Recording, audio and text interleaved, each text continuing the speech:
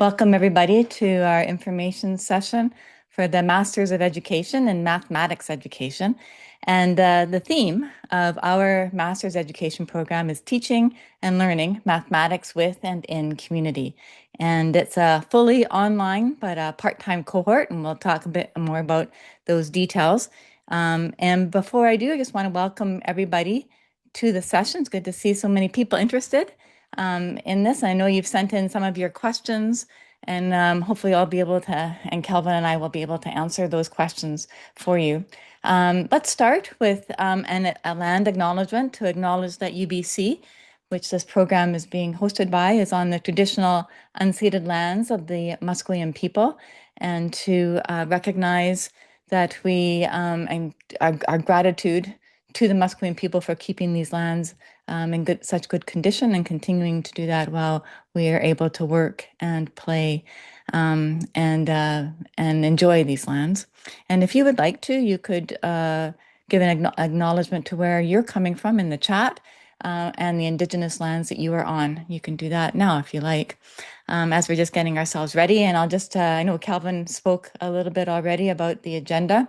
But I'll just put it here again. So we're just have our introductions and a little bit about the program theme and its structure and the schedule of the program.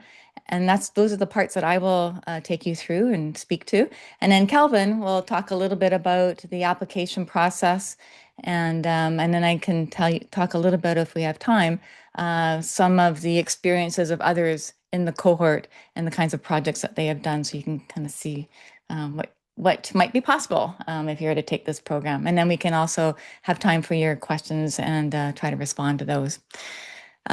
So just to just say a little bit about myself. I am a professor in math education in the Department of Curriculum and Pedagogy, and just one of the instructors of this program, but also the coordinator for the program. And I have like over 35 years of teaching experience, teaching as a classroom teacher in the Pacific Northwest on Haida Gwaii, and then also teaching at UBC. And I can talk a little bit more about my interests in research, maybe in the questions and answers if you have any more questions there. So a little bit about the theme for our cohort. It's teaching and learning math with and in community. And we see teaching and learning math as a really important area inside community, a really important area to try to think about in terms of making connections to both the future and to our ancestors, and in a way that helps support and sustain the well-being of all humans, as well as more than humans or non-humans in the world. And I think this is particularly true with all the events that are happening now in the world, and that we've had across Canada and in the world, really, thinking about climate change and the current situation in which we have increased flooding and geopolitical unrest in many places in the world. And you think of what's been happening now at the world conferences, where people are speaking about the unrest that we're experiencing, but thinking also about the forest fires that we're having worldwide, not only in BC, but across the world, even including the Arctic. And then what are the implications of that, and how can we use mathematics to be able to help us think more about issues of equity, like in this graph that shows how many people in the lower mainland of Vancouver, what is the relationship between income and whether or not you have access to shade to be kept in cooler spaces. And we know that those who are in hotter spaces are more likely to have health issues and concerns, whereas a number of people in Vancouver, I think like over 600 people died in the heat dome that we had. And then you can also think about like forced displacement and issues due to war and to famine, and what role might mathematics play in helping us better understand the issue and the situation, as well as what we might do to be able to think about how we might respond to that. What action can we take? And you might also already know about the Sustainable Development Goals of the United Nations. The goal was to try to meet all of these 17 goals by the year 2030. I think we're far from that. And thinking about looking at gender equality and clean water and sanitation, even in Canada, there are still many Northern and Indigenous communities that do not yet have access to clean water. So again, these are all issues that we might think about in our daily lives, and often in areas that are not usually talked about in mathematics.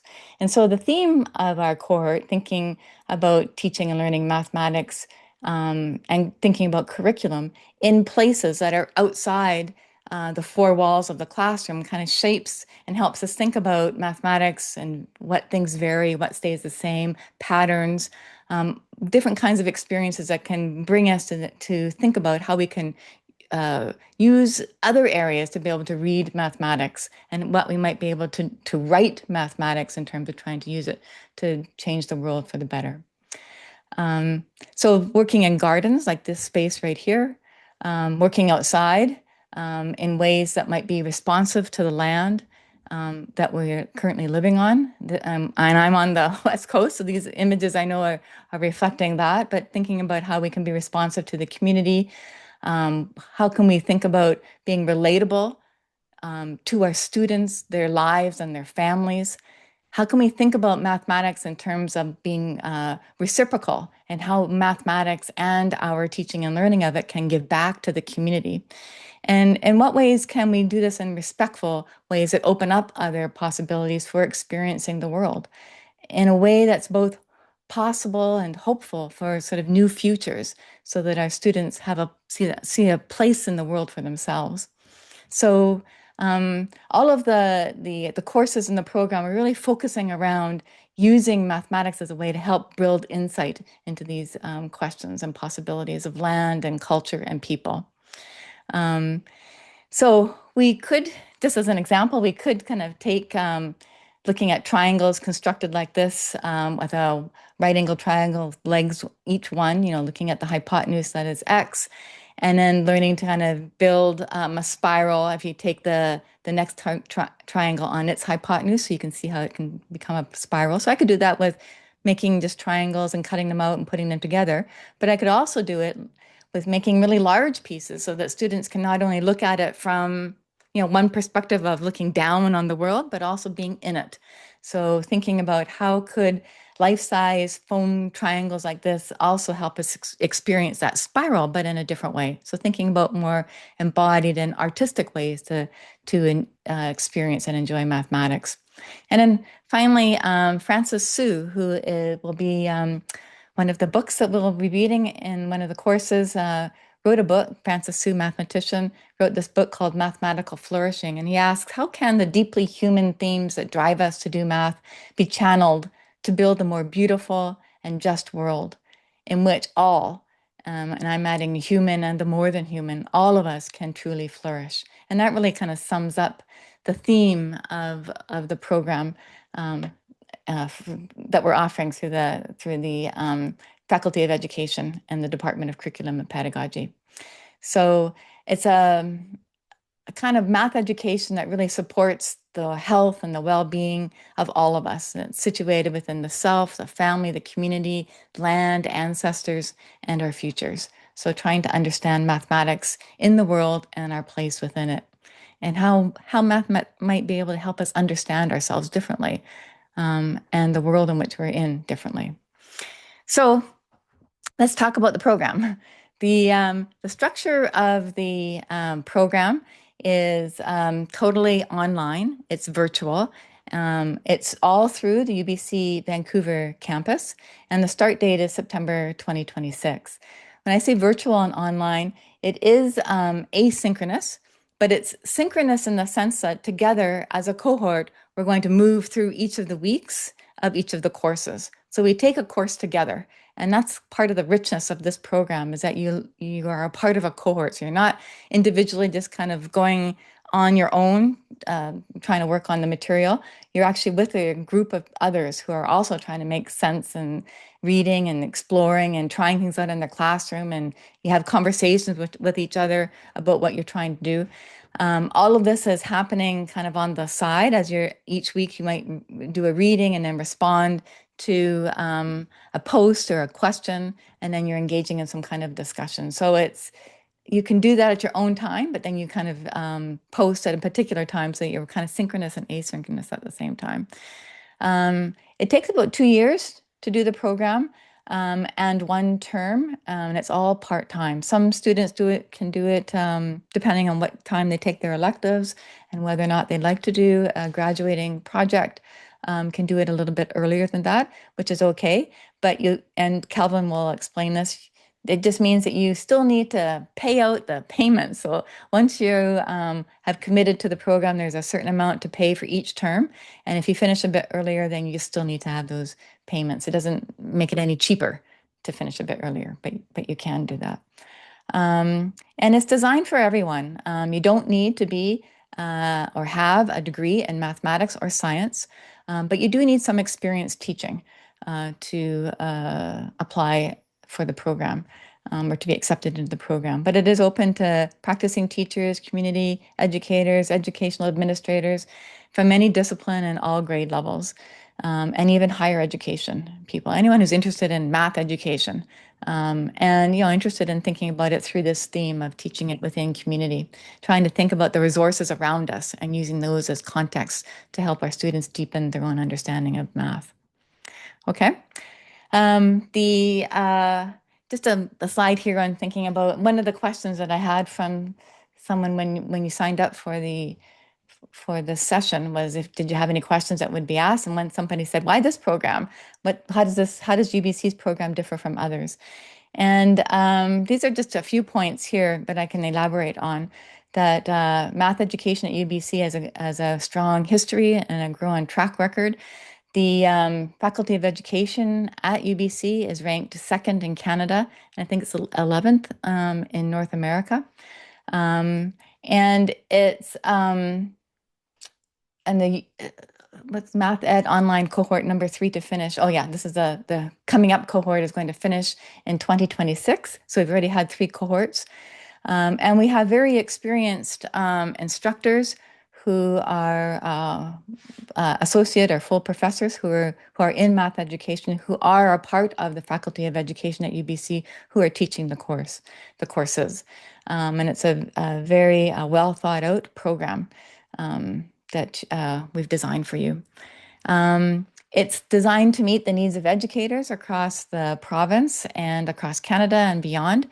And we also try to attract the best students regardless of their location. So it doesn't matter where you are in, or if you're only in BC or if you're an international student, you're welcome to be a part of this program.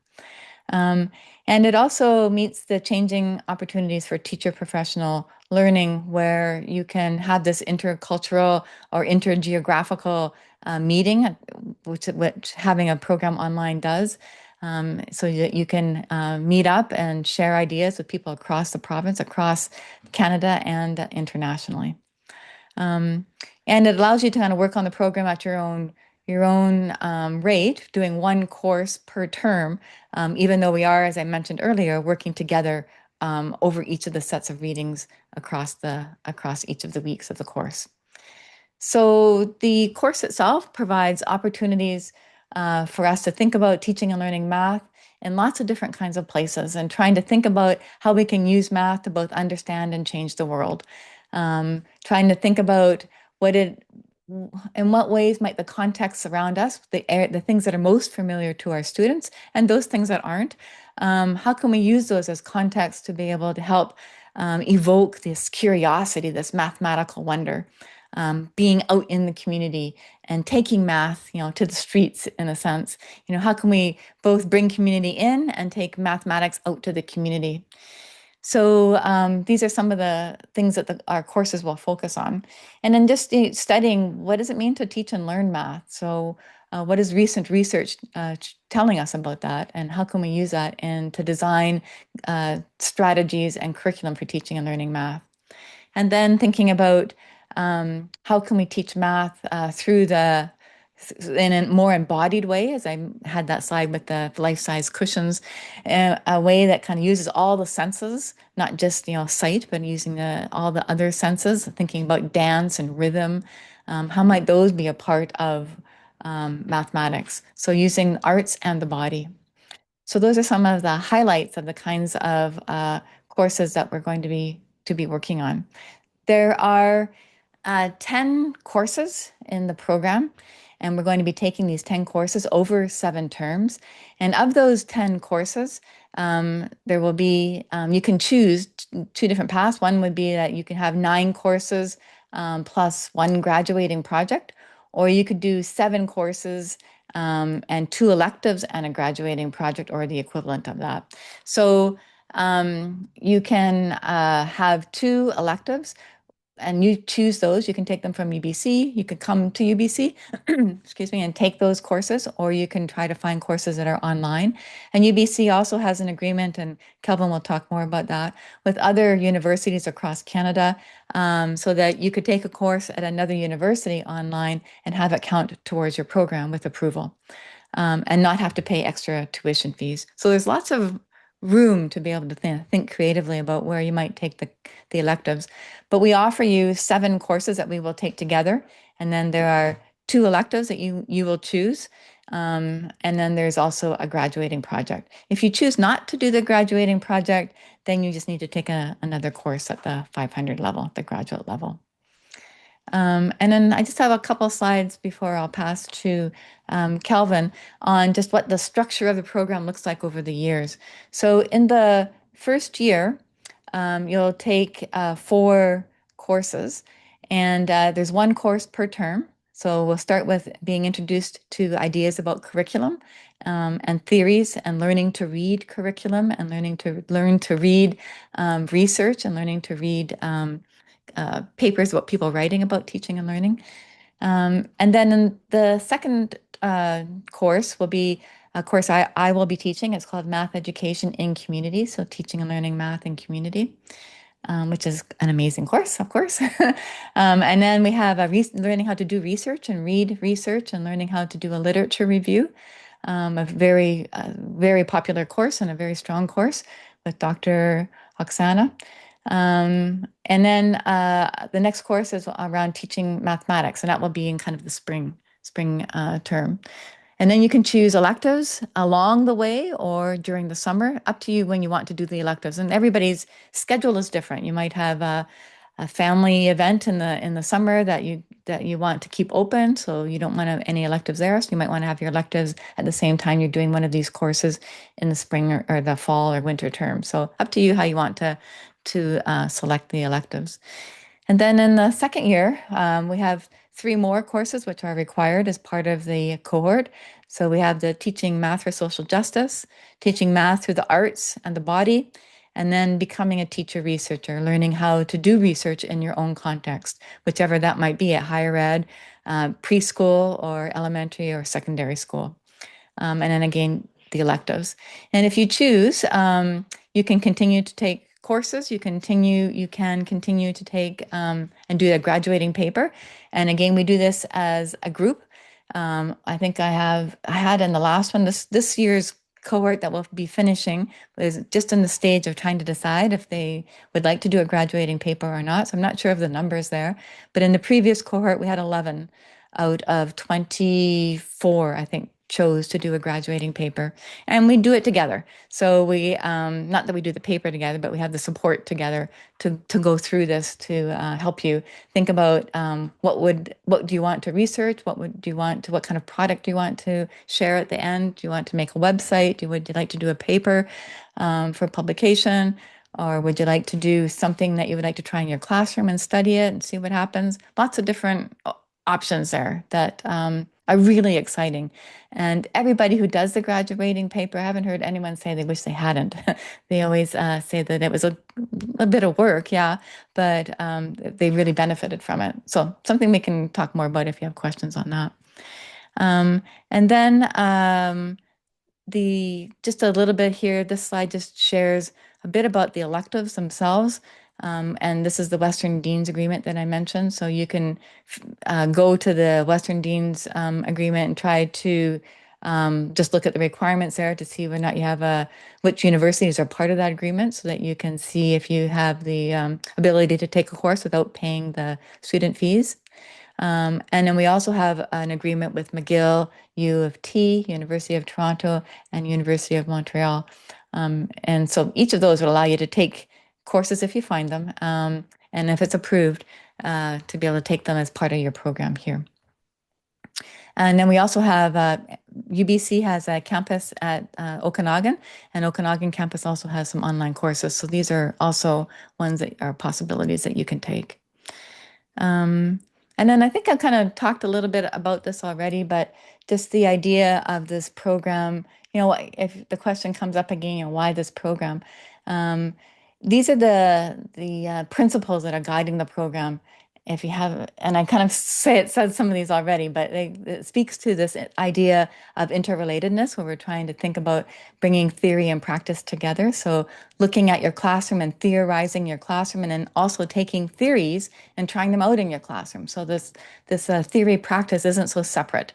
And I think you already, as a teacher, doing a lot of theorizing about what works and what doesn't work. So I think as teachers, we're already researchers at the same time. Um, Relationships, trying to think about how can we build relationships even in our own context that go beyond our own grade levels, collaborating with our colleagues, thinking about how we might even go across and outside our communities to think about connections internationally or even across Canada. I had two students work on a project where they wanted to look at and this was in the course on teaching math for social justice, and each wanted their own students to go out into the community and find the prices of food and then compare to see whether or not it does cost a lot more to live in a northern community in Canada versus living in a suburb like in Surrey, which is just outside Vancouver. And so the classes met together over Zoom, and then they decided what items they go shopping for, went out into their communities and shopped for those, and then came back and then spoke about what it is that they learned. And each of the teachers of those classrooms was in the cohort. So you can see how this opens up possibilities for mentoring each other, for being able to think about how you can build projects and connect your students to classrooms that are outside our own areas that we're familiar with. And to do that with respect that people bring different ideas and experiences to the learning, and then trying to think about how we can improve those opportunities for leadership in the area. And then reciprocity, I spoke about in terms of trying to give something back to the community, to our school, to our students and their families, so that we can inspire that mathematical curiosity and wonder, and to try to reimagine or kind of rethink that and restory that relationship that many of our students and even their families have with mathematics. And then our own responsibility of thinking about how we can improve the sort of the mathematical health and well-being of the self, the family, community, ancestors, land, and future. So that gives you a bit of an overview of the program, and I hope I've answered some of the questions that came to us when you registered.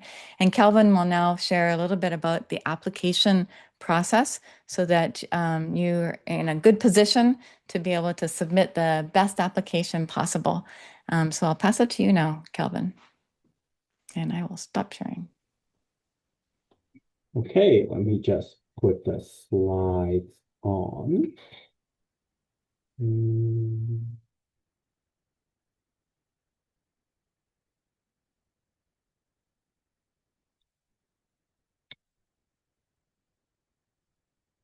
Give me one moment.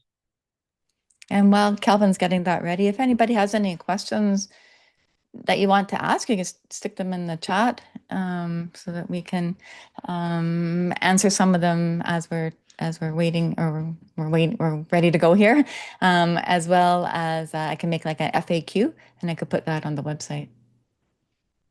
Okay, can anyone see the thing? Can everyone see the Yeah, slide? that looks good. Okay. So Yeah, we're going to go over the admissions and application information now. So regarding the application requirements, all students must meet the admission and application requirements of both the Faculty of Graduate Studies and the program. So everything that you're about to see are firstly the application requirements for UBC grad school and also for this program specifically. And firstly, we are looking primarily for a 4-year undergraduate degree. If your degree is a UK-based degree, which is only 3 years, or if your country's university only offers 3-year bachelor's degree, we'll either accept it or there will be additional requirements on top of that. But if that applies to you and it turns out that you are quote unquote missing qualifications, we will let you know. We're also looking at a GPA of B plus or equivalent. That is roughly a 76% at UBC and most other universities that uses a 100 percentile grading scale. And the exception for that would be Chinese universities. So for transcripts from universities in China, this actually usually corresponds to an 85% on most PRC university grading systems. And if the applicant is from a key university, you will know this applies to you if you know what this is. The minimum grade requirement is a B or higher. But please note that this GPA requirement is not a hard cutoff point. Basically, what this means is, as shown in the note in red on the side right here, if your GPA does not meet the above requirement, let's say you're a few percentage short, maybe you're at a 74%, the Department of Curriculum and Pedagogy may submit a special case rationale to recommend you for admission if the rest of your application is strong enough. So what is this quote unquote rest of your application? Well, firstly, preference will be given to those with at least 1 to 2 years of teaching experience or equivalent teaching engagement with schools, local or international communities, and other related activities. And also those who have demonstrated professional experience in this area of study.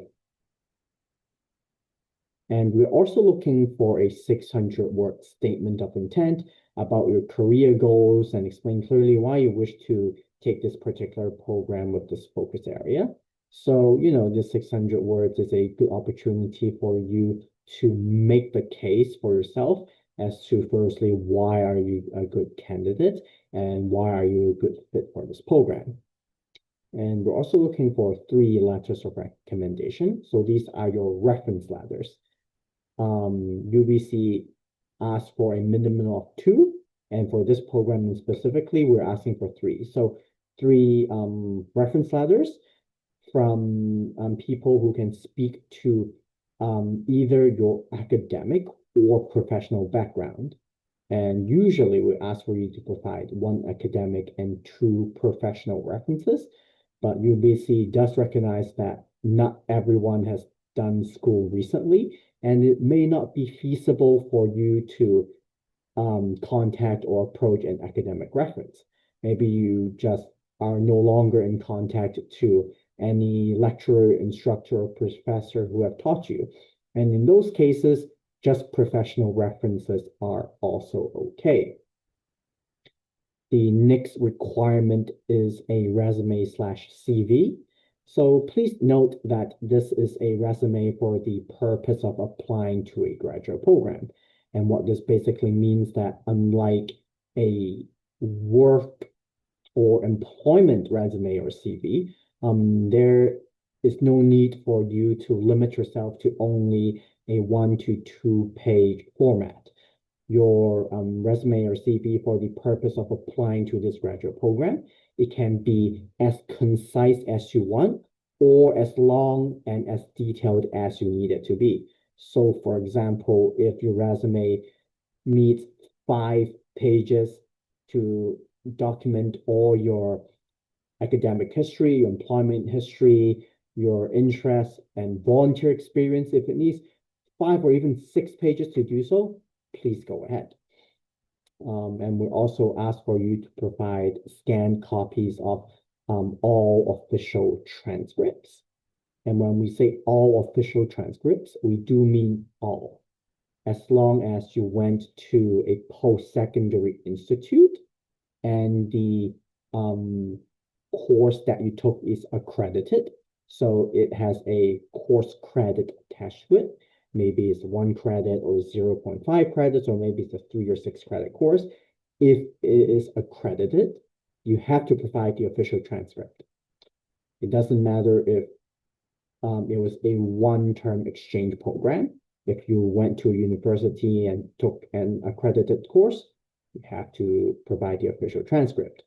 If, let's say, you went to Langara College and then you went to SFU, which you completed a full degree at, you'd still be asked to provide both your Langara College transcripts and also your SFU transcripts. And the only situation where you do not need to provide a transcript is if the quote-unquote course that you took does not have any credits tied to it. Let's say, oh, this is just a 6-hour course. There are no credits for it. In those cases, you don't need to provide the copy of an official transcript. And on top of that, if your degree is not from the US or from Canada, let's say you have a degree from Japan, Philippines, the UK, or whatever, if it is a quote-unquote international degree, you will have to provide a scan of the degree certificate as well. So the document that says, oh, this student has been awarded a Bachelor of Science or Bachelor of Education, whatever, we will need that particular document.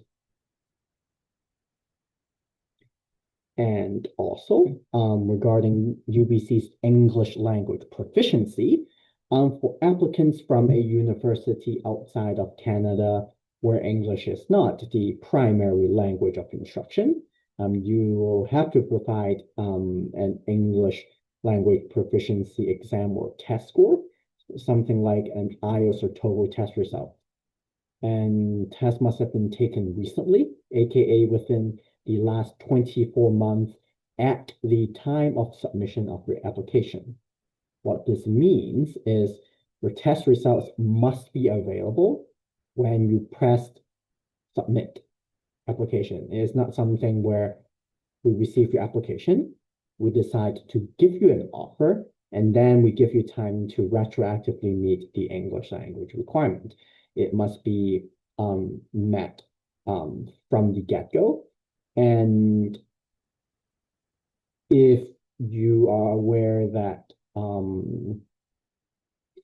your university does teach primarily in English, but the rest of the country doesn't, and you're not quite sure if you need a test score or not, send us an email. We will let you know. So regarding the actual application procedure, everything is done online and you will be applying online.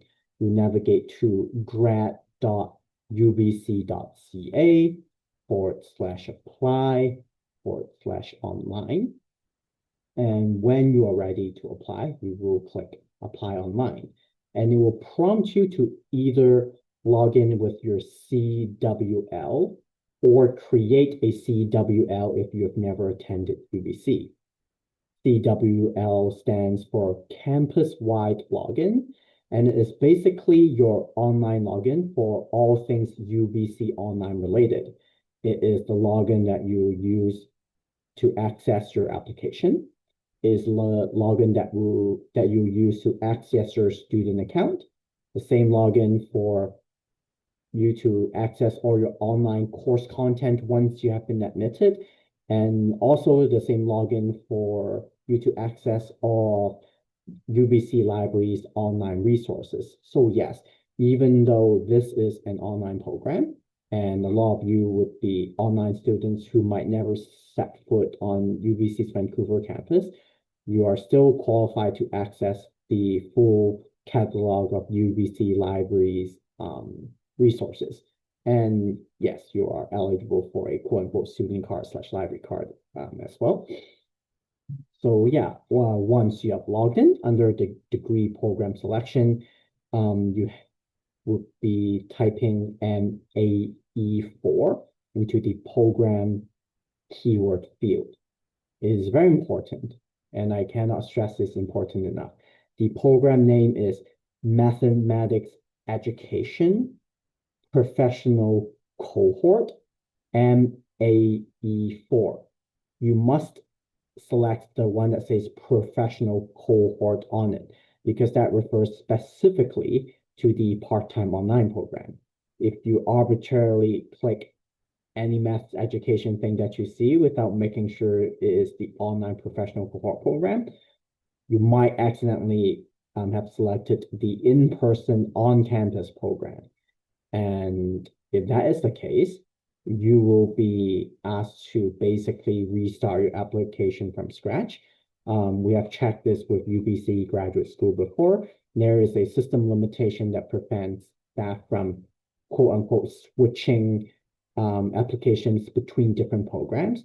So if you accidentally apply for a different program and you have paid for it already, the only thing that you can do is restart the new correct one again. There is nothing that staff can do to switch the applications around. So yeah, when you reach the experience and interest page of the application, please make sure you choose the appropriate program, as there may be more than one, and it should include MAE4. Select a program, enter all the information that it prompts you to enter, and then you can click declare and submit. And following that, there are a bunch of documents that you do have to upload, as we have covered previously. So going over it again, that includes official transcripts, so either your Canadian transcripts, or if it is an international transcript, along with the attached degree certificate. Your 3 references, you'll have to type in your references, names, email addresses, and etc.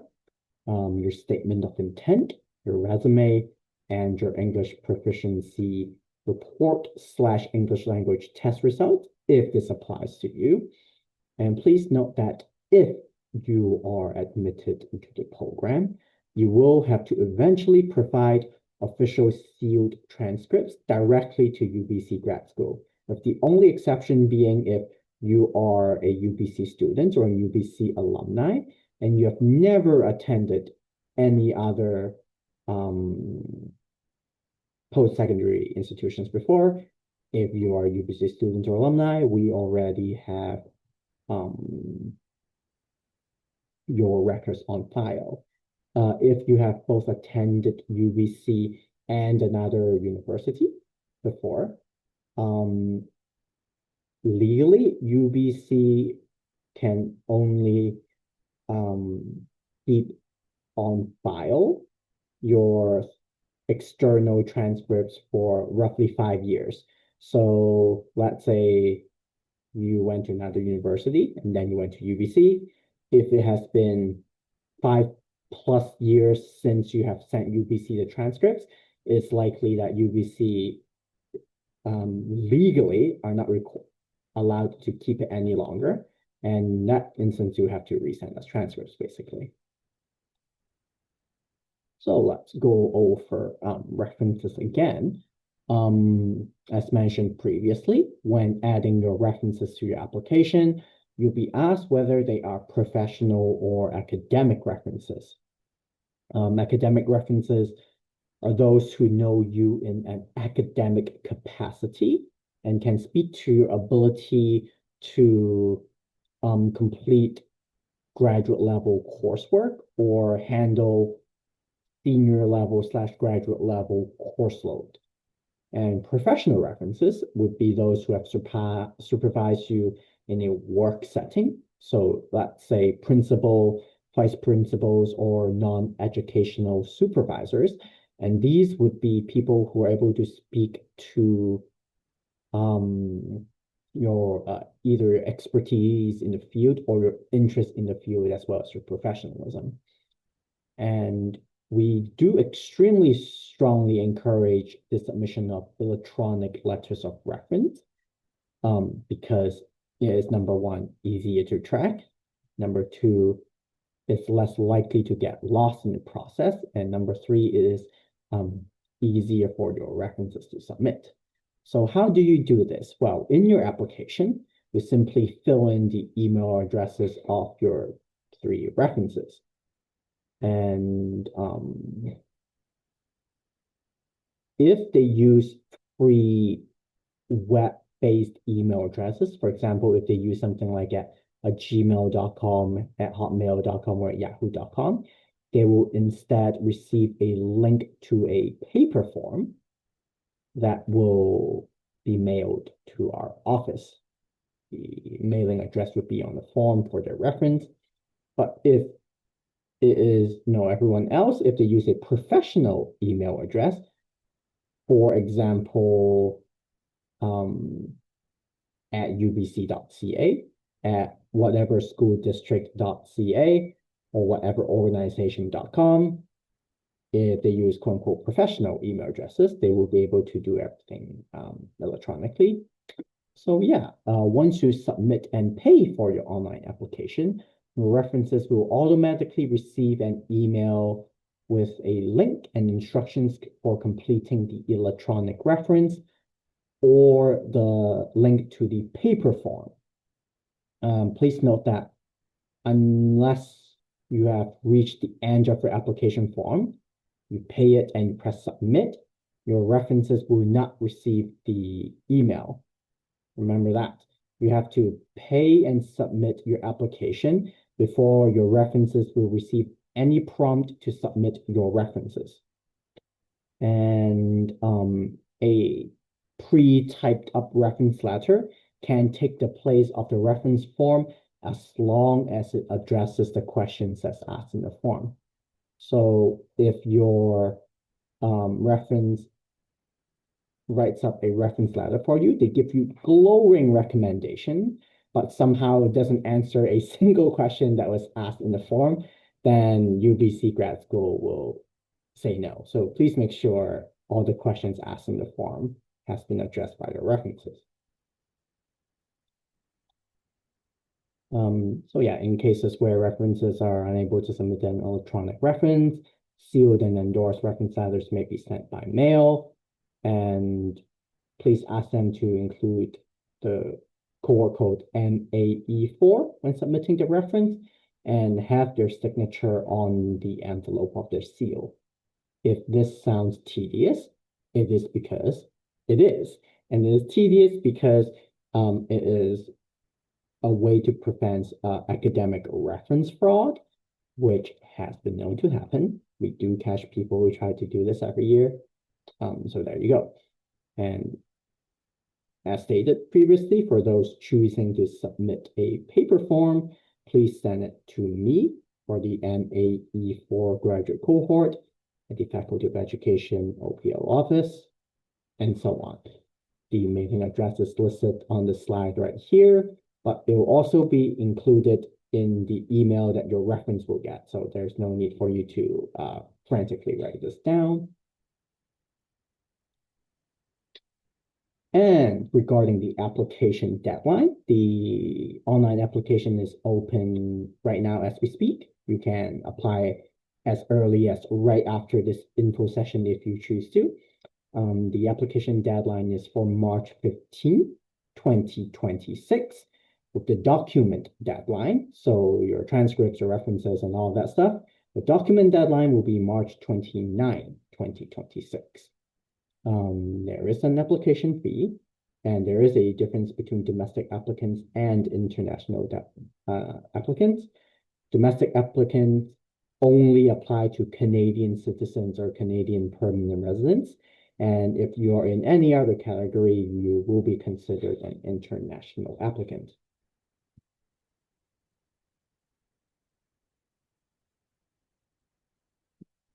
So regarding the program tuition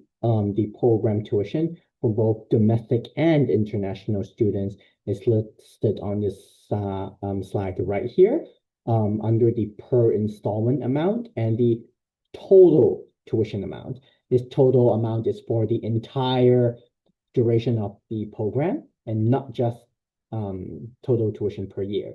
It's the total tuition for the entire duration of the program. Graduate tuition is assessed as an annual program fee, which is divided into 3 equal installments due at the beginning of each academic term, which would be September, January, and May, is payable over a minimum of 7 installments. So that is 1 for each term of your program. So if you times the per installment amount by 7, you'll get your total tuition amount. And the tuition is charged as a whole program fee and not on a per credit basis. So what does this actually mean in human speak? So as Cynthia pointed out earlier, there might be a case where you either finish your program earlier or later. You may finish your program a little bit earlier.